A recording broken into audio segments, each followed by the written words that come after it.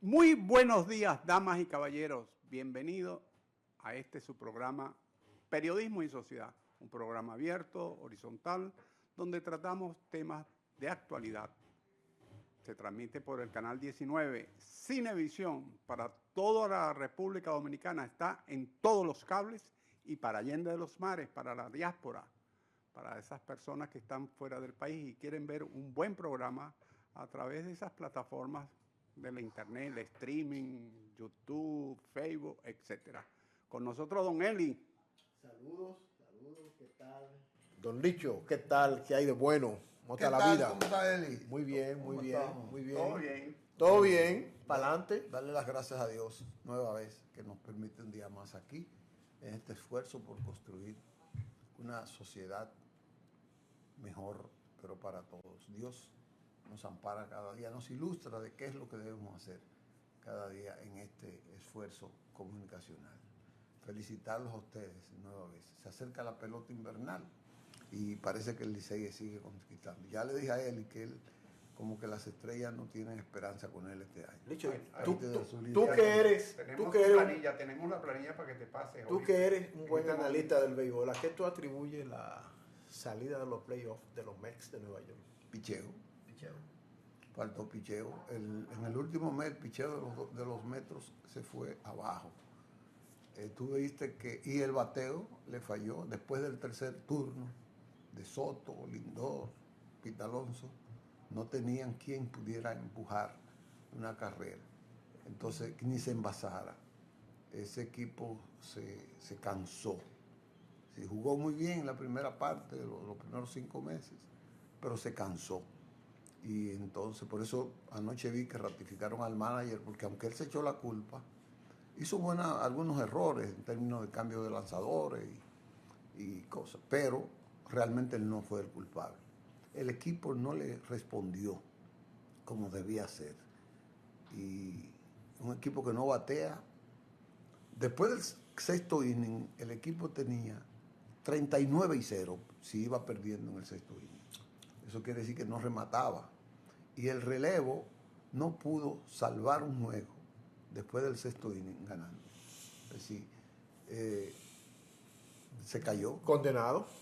Y Juan Soto, que hizo su mejor temporada, la mejor que ha tenido en su historia, superó todos sus números, no podía solo con el equipo. Sí, claro, un equipo son varios. 9, 10, 15, 30 peloteros. Ahora viene el enfrentamiento entre los Yankees y Boston.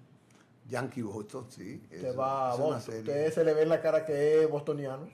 Sí, me gustaría que gane Boston. ¿Te gustaría que gane Boston? Sí, me gustaría que gane Boston.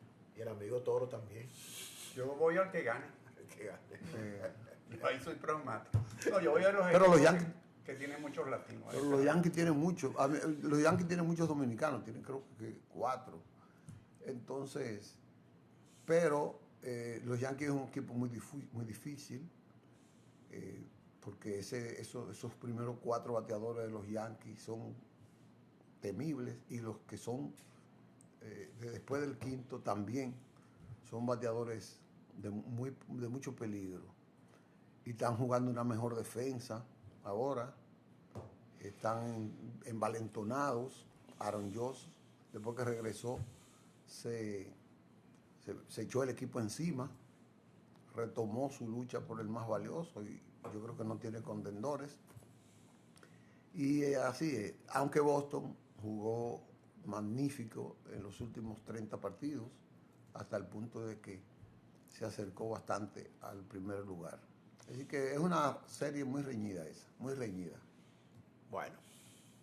Para mí va a ser muy reñida. Esperemos que sea así. ¿Sí? Miren, hoy yo quiero resaltar un evento que tenía ayer, que hizo ayer Promipyme. Promipyme, qué bueno. Sí. Me alegró mucho, me entusiasmó, me llenó mucho, que es un evento para la integración de la juventud, la adolescencia, en el emprendedurismo. Así se llama el evento, Emprende Lab, que fue una competencia entre jóvenes para clasificar por préstamos y por el apoyo para emprendimientos sobre diversas áreas del saber. Y me gustó más sendas conferencias que dictaron ahí. Primero una brillante que dictó Carolina Mejía. No sabía, o sea, ella se explayó ayer con todo lo que está haciendo como el emprendedurismo. Habló de varios ejemplos, pero también motivante. Ese salón tenía más de 500 estudiantes ahí. Y después una también brillantísima de Guido Gómez Mazara. La verdad que Guido tiene un cerebro bastante bien amueblado, tiene una visión muy clara de lo que el país necesita para emprender su desarrollo, y ahí ofreció apoyo a las becas que da Indotel para el emprendedurismo. Ahí está una imagen de la presencia. Ponme el audio de ese video, Humberto. ¿La conferencia la dio Guido o no, el hermano? 3 conferencias. El hermano hizo una introducción. Una introducción. Pero las conferencias fueron 3. Una la dio Carolina, la primera. La otra la dio un joven ahí que no recuerdo el nombre. Y después la otra la dio Guido. Y fueron 4 conferencias. Yo me fui a la tercera con la de Guido. Entonces, fue brillante. Vamos a poner ese audio de Fabricio para que lo podamos ver. Hágame el favor. Se estructura un proceso de selección y preparación en 2 fases con las que estamos comprometidos en este evento. Una primera fase en que participan todos los proyectos y que incluye más de 15 horas de formación enfocada en la innovación y desarrollo empresarial. Una segunda fase con mentorías intensivas individuales de más de 50 horas de acompañamiento con especialistas para desarrollar lo que se conoce como el Producto Mínimo Variable o viable, como se llama, ¿verdad? Por sus siglas en inglés, MVP. Y así integrar más innovación y preparar un pitch efectivo para la competencia final. El principal interés del gobierno del presidente Luis Abinader, y por eso estamos aquí, porque esto está articulado desde lo nacional hasta el desarrollo económico local, por eso tenemos a nuestra distinguida alcaldesa del Distrito Nacional. Tenemos una visión clara y es convertir al ecosistema emprendedor dominicano en un referente regional, conectando con América Latina, el Caribe y el mundo. Esa es la idea central del presidente Abinader, del ministro de Industria, Comercio y MIPYMES y de todos los funcionarios que trabajamos, porque esta es una política pública.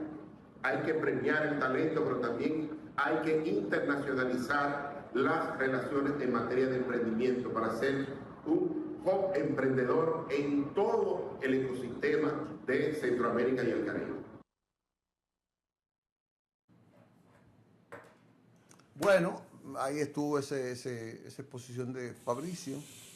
De verdad que fue un acto bonito y que promete mucho para la juventud. El apoyo de Promipyme al emprendimiento. Eso es importante.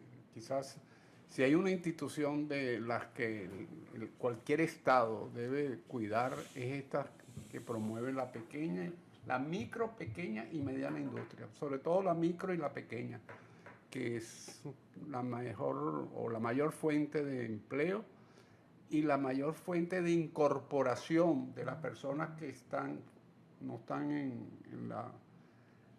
el trabajo regularizado al trabajo regularizado, a la economía regularizada. Correcto. Yo no sé si ustedes vieron ayer la intervención del presidente en la semanal, donde reitera que no va a haber Vamos a dejar está bien, para está el otro. bien. Vamos a una pausa. Vamos a la Si pausa. vamos entre ese tema, vamos a pedir vamos a esa pausa. Ok. El sábado se cumplió un aniversario más del fallecimiento del cacique Enriquillo.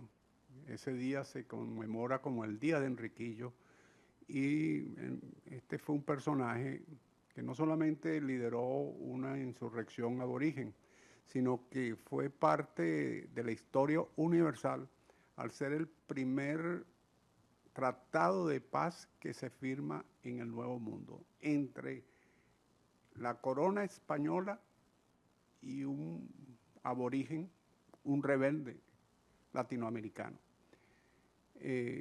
Incluso la emperatriz le envió una carta, no la firmó el rey, el emperador Carlos V, porque estaba en sus guerras por allí, por Holanda, pero le firmó una carta a la emperatriz solicitándole el acuerdo y la pacificación en función de los intereses de la colonia de Santo Domingo. Vamos a ver este video que realmente es interesante.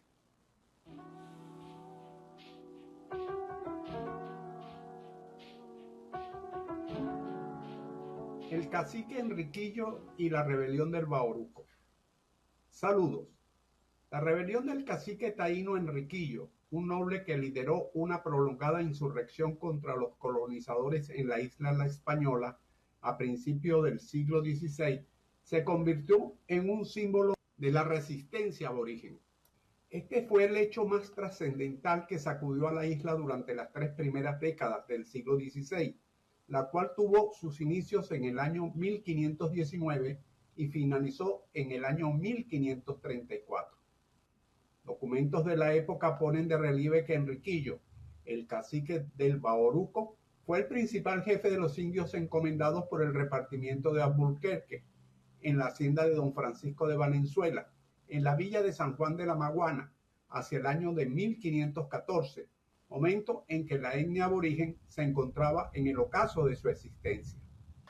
Una vez falleció don Francisco, su hijo Andrés de Valenzuela pasó a ser el dueño absoluto de la finca y el amo de todos los aborígenes encomendados, incluyendo el cacique Enrique, de quien pasó a codiciar la yegua que le había regalado Fray Bartolomé de las Casas y finalmente a su esposa Mencia, a la que trató de violar y luego le propuso dejar a su marido para que se quedara viviendo con él. Frente a la situación comentada, Enriquillo acudió ante la autoridad principal de San Juan, el teniente de gobernador Pedro de Vadillo, denunciando las acciones de irrespeto y desconsideración que estaba cometiendo su nuevo amo. Pero en lugar de recibir protección y justicia de la autoridad, lo único que encontró fue reprimenda, amenazas y finalmente prisión por varios días. Enriquillo se traslada a la ciudad de Santo Domingo para llevar su denuncia ante la Real Audiencia.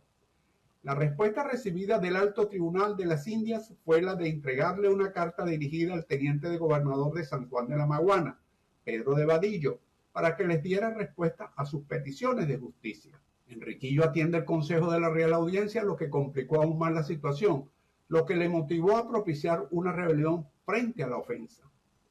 La rebelión del cacique Enriquillo en su etapa inicial es eminentemente defensiva.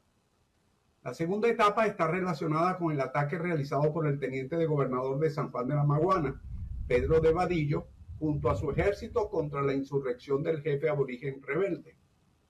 La respuesta defensiva fue de guerrillas móviles con grupos de 15 a 20 indígenas que le propinaron golpes demoledores al teniente Vadillo. La tercera etapa tiene que ver con las ofensivas militares impulsadas desde la gobernación colonial y la Real Audiencia de Santo Domingo contra la sublevación del cacique de Jaragua. En esta etapa, Enriquillo se empleó a fondo en crear estrategias frente a las desiguales condiciones de lucha. Procedió al entrenamiento de guerreros en el uso de armas convencionales y no convencionales que le proporcionaba la naturaleza, capacidad de movilización y sentido de una guerra irregular o de guerras de guerrillas. Finalmente, lo que se conoce como la quinta y última etapa está relacionada con el proceso de negociación que adelantó el capitán Francisco de Barrio Nuevo y el cacique Enriquillo, auspiciados por las autoridades coloniales. El 21 de febrero de 1533, las autoridades de Santo Domingo acordaron que el capitán Francisco de Barrio Nuevo intentara lograr la paz y solamente utilizar la fuerza solo si fuera necesario.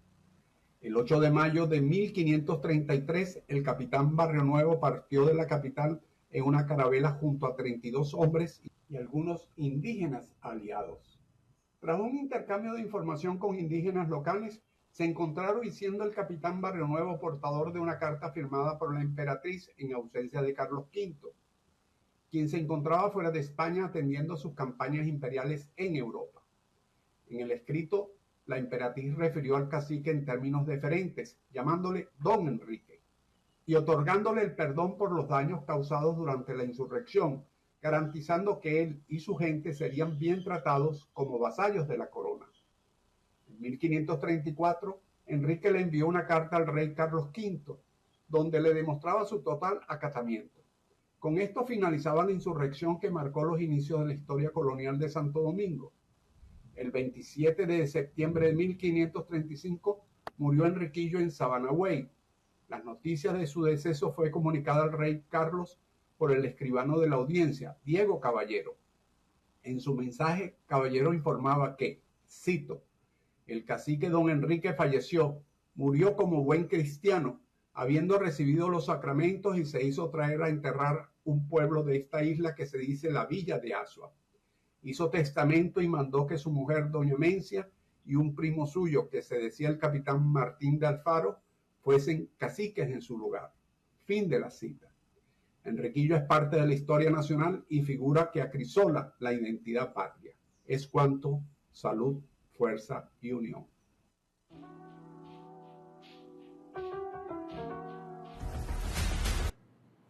Gracias, amigos, por continuar en sintonía con este espacio Periodismo y Sociedad. Antes del corte comercial, hablábamos sobre las palabras del presidente Abinader en la semanal que ayer se celebró en Santiago, en donde él reiteró que no va a haber, que en el curso de su gobierno no va a haber impunidad. Y a pesar de que él ha dicho eso en reiteradas ocasiones, es bueno que eso se repita y que se expanda para que los funcionarios que están en el gobierno y que están oigan esa palabra y eso les sirva como una mano que lo detenga. Porque cuando la gallina se ve echar siempre ocurren muchas cosas. Y es bueno que el presidente mantenga esto y que mantenga su palabra todo el tiempo para que no ocurran actos, no le pasen la bola, no le metan un gol así, descuidita, como ocurrió con el caso del SENASA, en donde una persona se dice que de la absoluta confianza del presidente Abinader, pues abrió las puertas de lo mal hecho ahí adentro y se han perdido no se sabe cuántos millones. Ojalá que el Ministerio Público, cuando tenga su investigación, la dé a conocer, porque yo entiendo también que una forma de castigar a los corruptos, a los presuntos corruptos, es dando a conocer los hechos que ellos hicieron, porque la condena debe de ser judicial y también moral por parte de la sociedad. Así es. Yo estoy seguro que la justicia tiene todo lo que es el glosario del expediente. Ya lo tiene. Seguro. Digo, y lo está. Pero ahí hay documentación que te mete miedo. Yo lo que temo es que al ser tan voluminoso y al haber tanta gente involucrada del sector privado, personal médico, el personal administrativo o funcionarios de SENASA, encabezado evidentemente con el director de SENASA, que no se puede excluir. Yo ayer decía de todo el proceso que venía desde el 2023, la CISARRIL, llamándole la atención a SENASA sobre los informes financieros, y nunca se lo daban. Y dije que porque me enteré por un funcionario de que CISARRIL ocupó a SENASA a final del año, y entonces le metió a cada departamento, puso una persona clave, CISARRIL, un técnico. Y ese técnico, sin que se dieran cuenta los de SENASA, conectó de una manera digital a Cisarril con el funcionamiento de Senasa. Y Cisarril se daban cuenta de todo lo que estaba pasando en Senasa. Y ahí se descubrieron cómo, después que estaban ocupados, cómo borraban muchísimos expedientes, pero ya Cisarril lo tenía. Había una copia. Ya había una copia. Y entonces, eso te indica que hubo un dolo, que hubo crimen, que hubo una irregularidad. Y se dice, yo tengo mucho miedo que eso no se vaya a llegar a las últimas consecuencias. No porque el Ministerio Público no tenga la razón, la verdad, y el presidente no quiera, porque el presidente quiere que eso se profundice, ese y otros. Las herramientas, no tienen las herramientas para llegar. No, que tienen una actitud de negociar con los delincuentes grandes. ¿Quién? Porque ahí la justicia. Ah, la justicia. Entonces ahí se supone que se perdieron más de 20.000 millones de pesos. No los 40 millones que dice el director de Senasa en un comunicado que hace. Más de 20.000 millones de pesos. Señores, ahí se está descubriendo de que hasta las vacunas que le regalaba al Ministerio de Salud Pública a distintas clínicas, las clínicas se las favorecían a Senasa y la cobraban 4 veces el precio que costaba la vacuna que era gratis, que tenían que imponer, que dársela gratis a la población. Las clínicas se la vendían a Senasa y Senasa se la facturaba y Senasa no veía que esas vacunas eran gratis, porque había un contubernio con eso. Yo tengo una hija que fue supervisora de una ARS, ella es médico, y ella me dijo, papi, yo tengo que salir de aquí.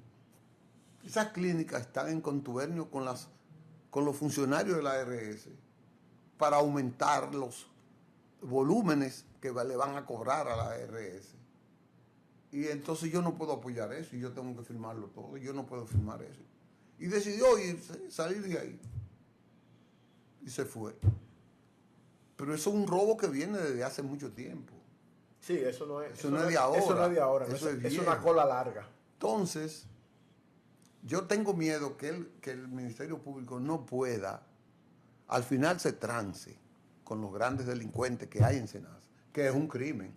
Hay muchos peces gordos. Porque hay muchos peces gordos, pero además, 20.000 millones que le hayan robado, que le hayan distraído al programa de Senasa, señores, es 20.000 millones a la salud de la mayoría de los pobres de este país. Y con eso no se debe jugar. Por eso yo apoyo lo que tú decías del presidente. No tengo cómplice, puedo tener un amigo que se metió en rojo, pero no soy cómplice de él. Y eso habrá que esperar. Pero yo no sé si, como decía Toro, que tengo una desesperanza generalizada. Pero es que no veo la aptitud de castigar a los grandes ladrones. No lo veo. Ahora, Licho, hay algo que no debemos pasar por alto. Y ahí tiene razón un amigo de Don Isidro, que el Estado se ve como un medio de acumulación. Aquel amigo suyo que habló de la acumulación originaria. Nos referimos a un amigo de él que se llama Don Carlito Marx. Hay un sector... Acumulación originaria del capital. Sí, hay un sector que ve siempre, y si nosotros nos ponemos a hurgar las grandes riquezas de este país, la mayoría se han hecho, aunque ellos dicen, te ponen un anuncio por la televisión, por la radio, de que se han forjado trabajando. Y sin embargo eso no es así. O sea, esos grandes capitales, si lo comenzamos a remover, tienen algún negocio fallido, algún negocio sucio con el Estado. Yo no sé, al presidente hay que apoyarlo en esto, hay que apoyarlo. Porque ha sido el primero que le ha metido el diente a eso, Y sobre todo tomando en cuenta que ese señor, el señor Jacín, era un hombre de la intimidad del presidente. Seguro. Es decir, duele mucho cuando alguien de tu propia intimidad te agarra y te da una puñalada por detrás. El entorno, Eso es dañino, sí. Evaluación, seguimiento y control. Esa es la gran falla del Estado. Y si usted ve todos los problemas que hay, se remiten finalmente a eso. Fallas en el seguimiento, en la evaluación y el control. La corrupción en los últimos 40 años aquí ha triplicado el presupuesto. Yo lo calculo así. Bueno, déjame recordarte esta frase que dijo doña Liceló Marte de Barrio. Ella fue secretaria de Finanzas y de la Cámara de Cuentas. Ella dijo que con todo lo que se ha robado en este país, se puede hacer una segunda república arriba, un segundo piso, Sí, con el malecón, los obeliscos, Boca Chica, Punta Cana. Seguro, porque tú ves todos los funcionarios que han salido de todos los gobiernos, que ganando un sueldito, tú lo ves al final con una fortuna, con lujosas casas, apartamentos, con cuentas bancarias, con una riqueza que tú dices, ¿de dónde la sacó? Bueno, Licho, pero ganando 3 cheles. Licho, esos son los políticos. Ahora, los empresarios y los que están detrás de la sombra de los políticos, eso, a muchos de esos se le ha pegado más del grueso del dinero que debe descansar en las arcas del Estado. No, pero los políticos lo que son es unos administradores no lo hacen si no tienen la complicidad del funcionario. Sí, claro. O sea, los empresarios no se van a meter a una oficina a dilapidar los fondos públicos para beneficio de ellos. Pero ellos no lo dilapidan como lo dilapidan los funcionarios, pero todos se benefician. O sea, aquí hay empresarios. Es una ecuación. Es una ecuación, sí. Aquí hay empresarios o líderes empresariales que tienen hasta 20 empresas y cuando van a participar en un concurso, mandan las 20 empresas y claro, una de ellas tiene que ganar. Aquí hay empresarios que la Junta dice, vamos a establecer un voto electrónico y se oponen, desarrollan una campaña. ¿Por qué? Porque ellos son beneficiarios de la gran cantidad de boletas que se imprimen en eso. Entonces, hay una parte del sector empresarial, no todo, que se beneficia de esos recursos del Estado con tuchimanería. Como dijo Carlos Marx, su acumulación originaria viene del robo al Estado. Seguro. Pero eso no lo pueden desvincular. ¿No? El amigo de don Isidro. No, pero es cierto. O sea, el primero que tiró una cerca, eso lo decía no Marx, el otro, Federico. Creo que era el del anarquismo, Proudhon, uno de ellos. Decía, el primero que tiraba, Bakunin. Descartes creo que fue el que Tira la primera piedra. el que tiró la primera cerca. Ese fue el primer ladrón. Fue el primer ladrón. Ah. La tierra era libre, ¿no? Y el primero que tiró una cerca y dijo, esto es mío, es el primer bandido. Ahí comenzó la propiedad privada. Ahí comenzó la propiedad Bueno, privada. pero también... Pero la propiedad privada no es mala. Hay que resaltar, yo no estoy diciendo que sea buena o mala, hay que resaltar que el Estado también es frágil en los controles. Claro. Tiene mucha... Porque en los gobiernos hay gente que se tranca, que dice, no, esto no se puede. Yo tengo mucha experiencia en este gobierno. Tengo experiencia de gente que dice, eso yo no lo hago, no lo firmo.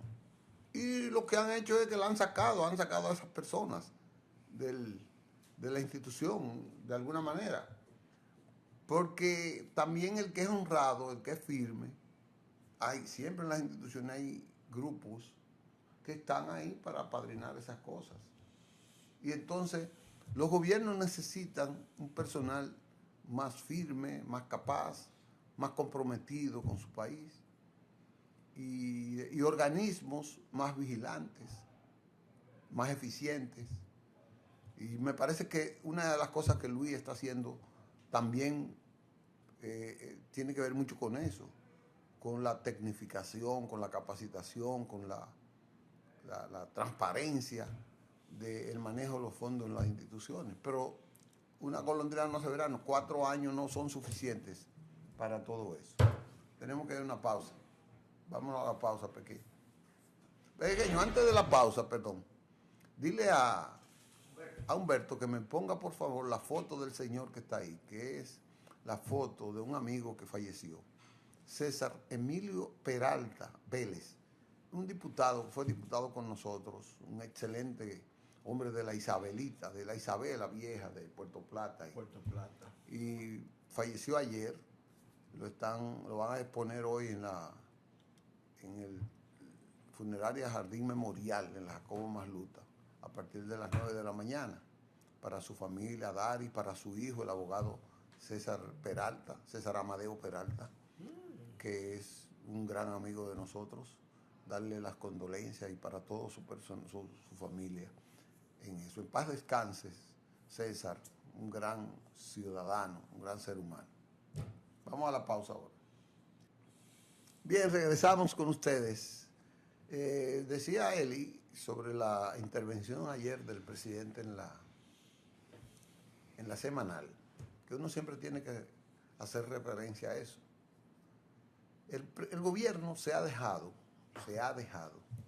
montar una campaña de la oposición sobre un tema muy sensible pero así muchas campañas se ha dejado montar. Y yo escucho a muchos PRMistas que están un poco a la defensiva y que no saben cómo con gallardía, como lo está haciendo Guido ahora, enfrentar las cosas que dicen, de verdad. Hay un tema que es muy sensible, que es el de los medicamentos de alto costo. Cualquiera que oye a la oposición dice, es verdad que es un desastre, todo cae en un desastre. Pero resulta que no es así. Solo que la estrategia de comunicación del gobierno no se aplica para que el imaginario y la historia sea otra, la narrativa sea otra. Humberto tiene un video que yo quiero oírlo para que después sigamos comentando este caso. Un video sobre el alto costo. Vamos a ver, Humberto. Con este tema de medicamentos de alto costo, un tema muy complejo, muy sensible y con muchísimo interés. Muchísimo interés. Como ha dicho el presidente y dijo el comunicador, en el 2020, cuando llegó el compañero Abinader a la presidencia, recibimos un presupuesto de 2.786 millones de pesos y se estaban atendiendo 2.500 pacientes. Al día de hoy, nosotros tenemos un presupuesto de 7.314 millones de pesos y estamos atendiendo 7.432 pacientes. Hemos triplicado la cantidad de pacientes que se están atendiendo. En relación a los pacientes oncológicos, porque sé que también tu pregunta venía por ahí, en el 2020 teníamos unos 442 pacientes atendidos con moléculas oncológicas. Hoy tenemos 1.222 pacientes que están siendo atendidos con moléculas oncológicas. Y estamos invirtiendo cerca de 2.270 millones de pesos solamente en pacientes oncológicos. El 31% del total de los 7.313 millones de pesos se van en esos pacientes. Pero quiero decirle a ustedes que de abril a septiembre, a viernes de la semana pasada, nosotros hemos entregado cerca de 1 millón de unidades de moléculas de alto costo a los 7.432 pacientes que tenemos registrados. Y que de esas casi 1 millón de moléculas, hemos entregado 108.000 moléculas a los pacientes oncológicos. Naturalmente, nuestras moléculas son de la mejor calidad. Tenemos 119 moléculas avaladas por la FDA y la EMA. Las mejores moléculas del mundo las tenemos nosotros aquí. Ahora, no todo es color de rosa. Tú lo has dicho. Las enfermedades catastróficas van en aumento. Por 3 razones fundamentales, que aquí las sabemos todos. Primero, la esperanza de vida al nacer va en aumento. Y las enfermedades catastróficas atacan más ¿a quién? A los pacientes de más edad. Segundo, cada vez tenemos mejores sistemas de diagnóstico para los pacientes y por tanto descubrimos más pacientes. Y tercero, cuando le damos a los pacientes las moléculas para tratamientos de alto costo, también viven más. Y por tanto, tenemos que extendernos. Ahora, yo le aseguro a ustedes hoy, que no hay un solo paciente que empezó a recibir tratamiento en alto costo que tenga su tratamiento interrumpido. Un solo no lo hay. Nadie se atreve a decirme un nombre de una sola persona que esté ya recibiendo tratamiento de alto costo que tenga su tratamiento interrumpido. Ahora, tenemos un desafío enorme por delante. por lo que yo decía a ustedes. ¿Cuál es ese desafío? Avanzar hacia la universalización del acceso a medicamentos de alto costo, que es una meta de nación, no solamente el gobierno, es una meta también del Sistema Nacional de la Seguridad Social. Y todos los países del mundo tienen esa misma meta. Nosotros estamos adelante. Ya hoy, por disposición del presidente y la compañera Raquel, tenemos una mesa de trabajo encabezada por el ministro de Salud Pública, el compañero Atala, que lo ha hecho muy bien, por la CISARRIL, la DIGEMAT y Promese, donde estamos ahora. Vamos en las próximas semanas, en los próximos días, vamos a anunciar al país un programa nuevo donde el Sistema de Seguridad Social y la DAMA se juntan para atender a todos los pacientes que aún tenemos en lista de espera, porque es verdad, tenemos pacientes en lista de espera, pero son una mínima proporción delante de esos 7.432 pacientes que reciben permanentemente nuestras moléculas. Bien, yo no sé si ustedes ven la campaña contra los medicamentos de alto costo, contra el servicio que da Salud Pública. Señores, eso amerita una campaña de publicidad, de propaganda, de prensa. ¿De información? De información, que el pueblo conozca todo eso. Oye, me ha dicho que ha triplicado el servicio, que de 2.000 millones lo han llevado a 7.000 millones. Pero eso no lo conoce el pueblo. Y eso es por falta de la difusión de un programa tan importante como ese. De un trabajo de prensa, de comunicación, que mantenga ese servicio. Lo que pasa es que ese incumbente no es precandidato presidencial. No, que se salgan de las redes sociales. Que se salgan de las redes sociales, que ellos están cimentados en las redes sociales. Yo creo que el pueblo se informa por las redes, ¿no? Y es por donde menos se informan. Ayer decía Guido que el 78% de las informaciones de las redes son falsas. Sí.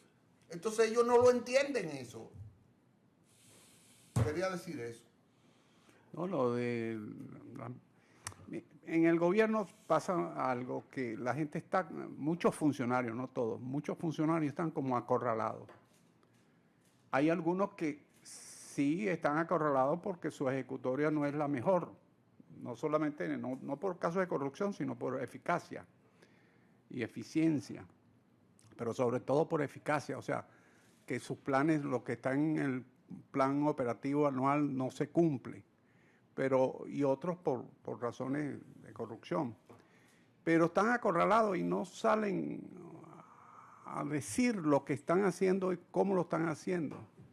Los que lo están haciendo bien, por supuesto, no salen a decirlo. Entonces, lo que usted dice, además que hay toda una maquinaria propagandística contra el gobierno muy financiada. O sea, ya el país prácticamente está en una campaña electoral y eso le hace mucho daño a la sociedad. Mire, perdónenme, don Isidro, todas las instituciones van a tener siempre deficiencia de recursos, no van a cumplir con todas las necesidades que tiene el pueblo, porque eso son necesidades ancestrales, todas.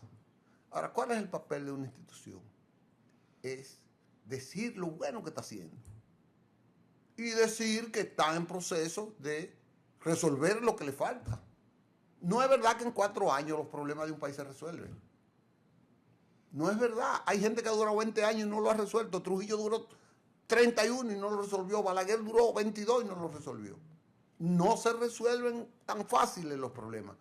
Pero una buena estrategia de comunicación está en usted resaltar lo bueno que está haciendo para que la gente diga, esta institución está trabajando.